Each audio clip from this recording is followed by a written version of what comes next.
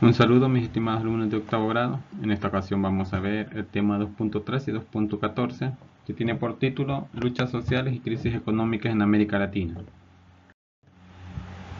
Como ya vimos en los temas anteriores, después de la independencia, América Latina ha tenido una serie de transformaciones, desde la conformación de sus estados, sus fronteras, sus sistemas económicos y políticos, y ha tenido transformaciones también en el área urbana y rural, transformaciones de tipo industrial, y eso, como vimos en el último tema, llevó a que debido a la expansión de las industrias, las ciudades crecieran. Ahora, cuando las ciudades crecieron, hubo más empleo, más empresas, ¿cierto?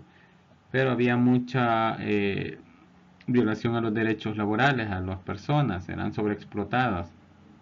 En 1910 comenzó en México una revolución popular, se le llama como la Revolución Mexicana. Esta revolución fue un impulso para que en toda América Latina hubieran también revoluciones populares. Cuando decimos popular, viene de populo, que significa gente, es decir, el pueblo, de ahí viene pueblo también, es decir, conjunto de gente. Una revolución popular es cuando la gente se levanta y arma revueltas, también hace muchas ruido para que le escuchen sus demandas. Entonces, después de esto, en América Latina se da revueltas populares. Tanto los estudiantes, los obreros y sectores de la clase media hacen valer sus derechos frente a la minoría que controlaba el poder económico y político. En aquellos entonces, estamos hablando de hace unos más de 100 años, en América Latina pues eran pocos los que dominaban, la clase alta, rica, y los pobres se limitaban a trabajar para ellos. Entonces, de 1900 para acá, empieza una revolución. Es decir, la gente se levanta, hace protestas en contra de la clase alta, y uno de los sectores que pues mucho peleó fueron los trabajadores, los obreros. También los estudiantes, otro sector que se hace sentir.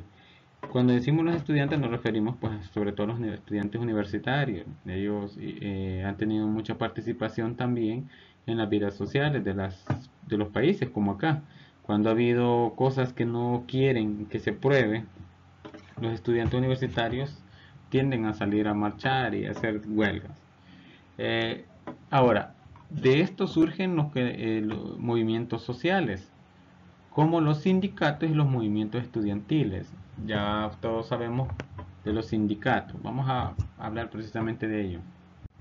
Ahora, los sindicatos sabemos que es un grupo de trabajadores representando a otros trabajadores y velando por sus necesidades. Por eso, ¿verdad? Los sindicatos en América Latina surgen como una necesidad de velar por los derechos de los obreros y campesinos.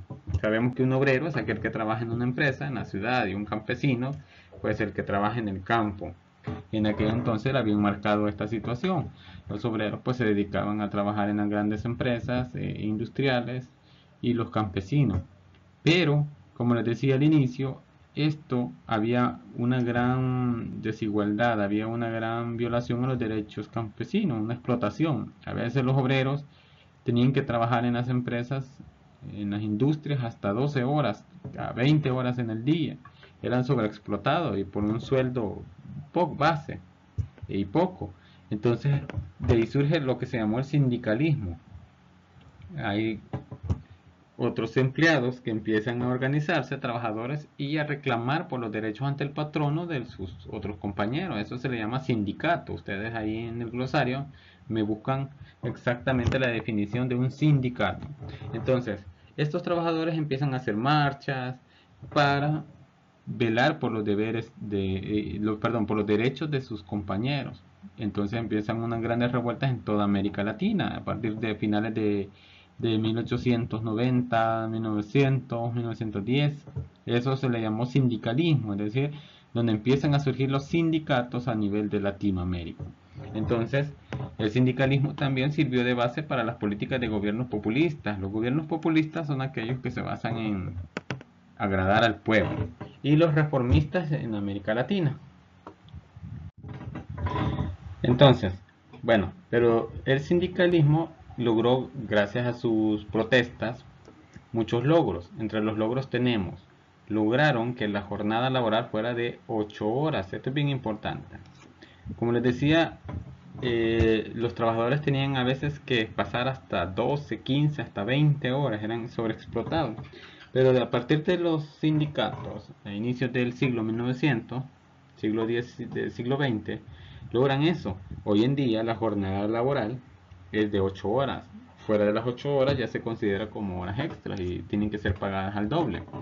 Entonces, nadie tiene obligación de trabajar más de 8 horas hoy en día. Claro, hay trabajos que sí meritan 12, pero así es la paga. Pero en aquel entonces no, podía trabajar 20 horas y ganar lo mismo. También se dan mejoras en las condiciones laborales.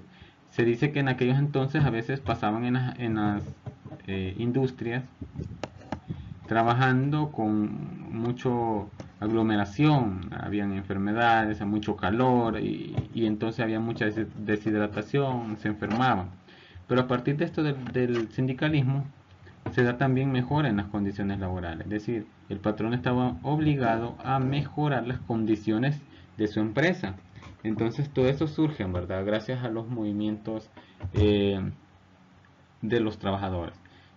Otra es que surgen los movimientos estudiantiles, como decía, ¿verdad? Para velar sobre los derechos de la educación en las universidades, también de obreros y campesinos, ¿verdad? En el campo también había mucha explotación y como en la ciudad empezaron a darse los sindicatos, también pues se mueven los distintos ámbitos, eh, como en respuesta a las opresiones. Como les digo, en el caso de los campesinos, pues se aprovecha también de mejorar las condiciones en la tierra, igual, ¿verdad? Ahora, si se fijan en la imagen, ahí está, viva el 1 de mayo. Todos sabemos que el 1 de mayo se celebra el Día del Trabajo. Va a quedar como investigación por qué es esa fecha. Ahora bien, hay otro problema que se da también en América Latina después de la independencia y es lo que se conocen como las crisis mundiales.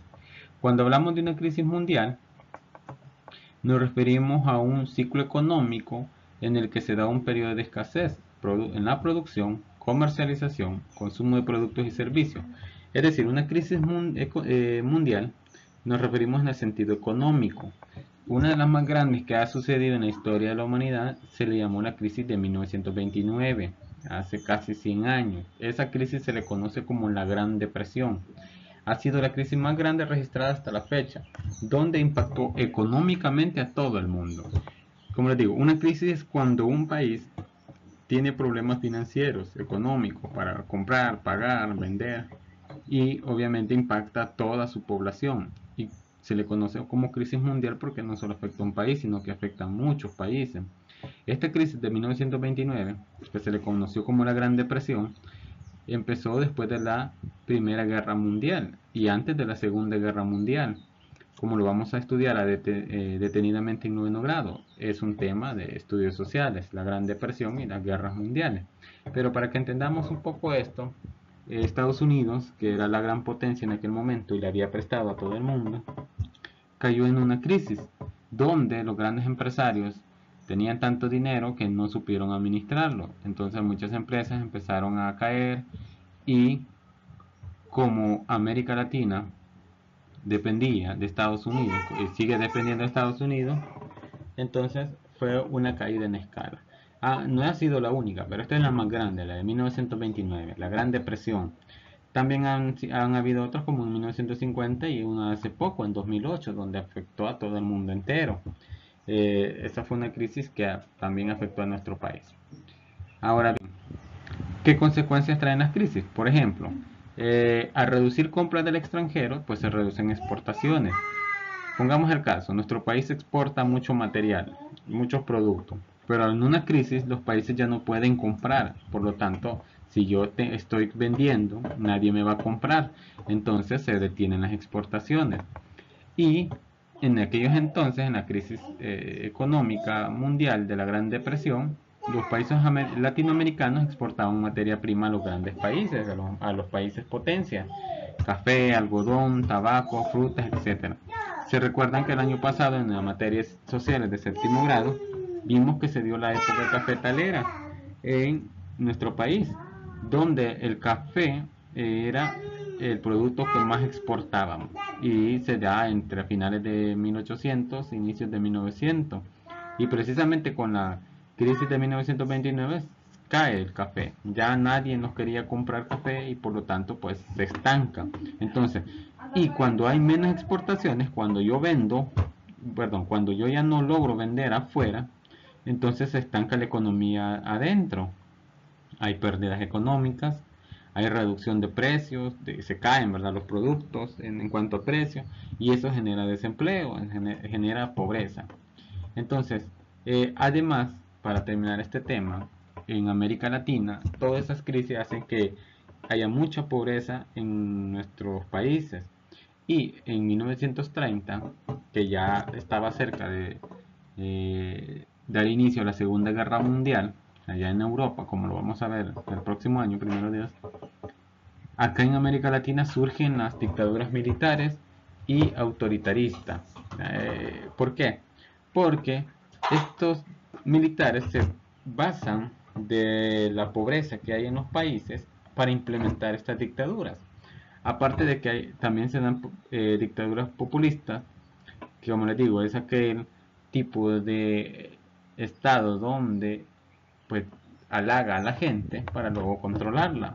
Y también hay reformistas, estados reformistas, donde pues, se da una serie de reformas a nivel nacional con el fin de controlar pues el país mismo. Entonces, como les digo, después de la independencia se da entonces movimientos sociales para la lucha de los derechos de los trabajadores. Se logra. Lastimosamente se llega a una crisis económica en el mundo en 1929 y eso permite de que América Latina entre a otro estado, que es lo que vamos a ver los próximos temas, las dictaduras militares y todo eso.